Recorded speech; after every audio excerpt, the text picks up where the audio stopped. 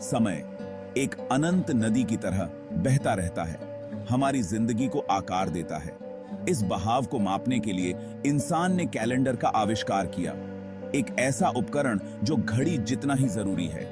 लेकिन कैलेंडर सिर्फ एक उपकरण नहीं है, यह ब्रह्मांड और उसमें हमारी जगह के बारे में हमारी समझ का एक प्रतिबिंब है। कैलेंडर की जरूरत प्रकृति के चक्रों को देखने से पैदा हुई सूरज की यात्रा, चांद के रूप और बदलते मौसम। शुरुआती सभ्यताएं इन खगोलीय संकेतों पर भरोसा करते हुए अपने अपने अनोखे कैलेंडर बनाई। हालांकि ये कैलेंडर अक्सर गलत होते थे, प्राकृतिक दुनिया के साथ तालमेल नहीं बिठा पाते थे। यह अंतर एक समस्या खड़ी करता था, खासकर खेती और धार्मिक अनुष्ठानों के लिए जो मौसमों की सटीक समझ पर निर्भर करते थे। ऐसे में आया ग्रेगोरियन कैलेंडर, एक ऐसा कैलेंडर जिसे इन गलतियों को सुधारने और समय का अधिक सटीक माप प्रदान करने के लिए डिजाइन किया गया था। ग्रेगोरियन कैलेंडर, जिसका नाम पोप ग्रेगरी 13वें के नाम पर रखा गया है, 16वीं शताब्दी में जूलियन कैलेंडर की कमियों को दूर करने की आवश्यकता से उभरा। जूलियन कैलेंडर, जिसे जूलियस सीजर ने 45 ईसा पूर्व में लागू किया था, में एक साल की लंबाई की गणना में थोड़ी सी चूक थी। सदियों से यह अंतर जमा होता रहा, जिससे कैलेंडर में प्रतिवर्ष लगभग 11 मिनट का अंतर आ गया। 16वीं शताब्दी तक यह बहाव ध्यान देने योग्य हो गया था। पोप ग्रेगरी 13वें ने कैलेंडर में सुधार करने का आदेश दिया। 1582 में ग्रेगोरियन कैलेंडर लागू किया गया था। ग्रेगोरियन कैलेंडर हालांकि अपने पूर्ववर्ती जूलियन कैलेंडर के समान संरचना में था, लेकिन इसमें महत्वपूर्ण बदलाव लाए गए, जिससे इसकी सटीकता में सुधार हुआ। लीप वर्ष की गणना में सबसे महत्वपूर्ण अंतर था। जूलियन कैलेंडर में बिना किसी अपवाद के हर 4 साल में एक लीप दिन जोड़ा जाता था।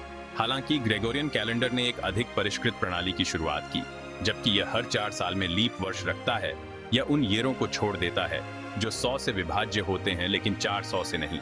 इस मामूली से समायोजन ने कैलेंडर की सटीकता को काफी बढ़ा दिया। इसके अलावा ग्रेगोरियन कैलेंडर ने 10 दिनों को समाप्त करके संचित त्रुटि को संबोधित किया, इसे सौर वर्ष के साथ अधिक बारीकी से संरेखित किया।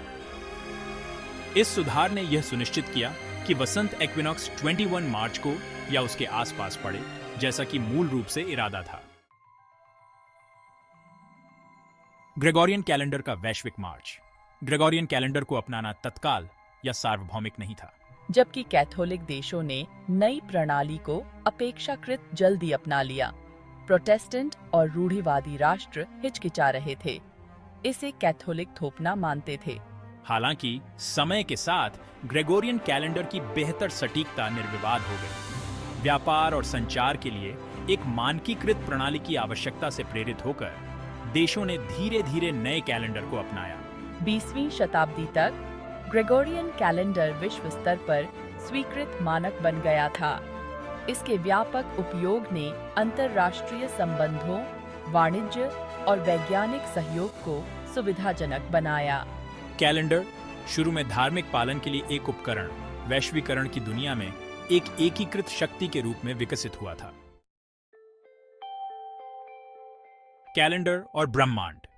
ग्रेगोरियन कैलेंडर हालांकि व्यावहारिक विचारों में निहित है, ब्रह्मांड के साथ मानवता के स्थायी आकर्षण को दर्शाता है।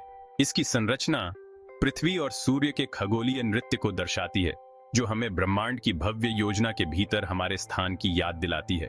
कैलेंडर के विभाजन महीनों से लेकर ऋतुओं तक समय की चक्रीय प्रकृति और खगोलीय घटनाओं के साथ पृथ्वी पर जीवन की अंतर संबंधितता को दर्शाते हैं। ग्रेगोरियन कैलेंडर संक्षेप में ब्रह्मांड को समझने और मापने की हमारी इच्छा का प्रमाण है। इसे अपनाना ब्रह्मांड के बारे में हमारी समझ में एक महत्वपूर्ण कदम था, जिससे हम समय को अधिक सटीकता के साथ ट्रैक कर सके और खगोलीय घटनाओं की भविष्यवाणी बढ़ी हुई सटीकता के साथ कर सके। उत्सुक और उत्सुक। ग्रेगोरियन कैलेंडर सामान्य ज्ञान। ग्रेगोरियन कैलेंडर अपनी सर्वव्यापकता के बावजूद पेचीदा विचित्रताओं और कम झांत तथ्यों को समेटे हुए हैं। क्या आप जानते हैं कि ग्रेगोरियन कैलेंडर को तुरंत सार्वभौमिक रूप से स्वीकार नहीं किया गया था? कुछ देशों को इसे अपनाने में सदियां लग गईं। ग्रेगोरियन कैलेंडर में महीनों की लंबाई का कोई खगोलीय आधार नहीं है।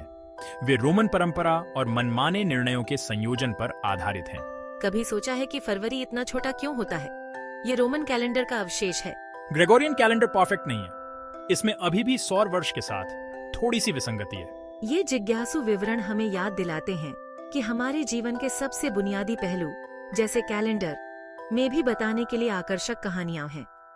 अगला भाग रोमन कैलेंडर को साथ फिर मिलेंगे। धन्यवाद।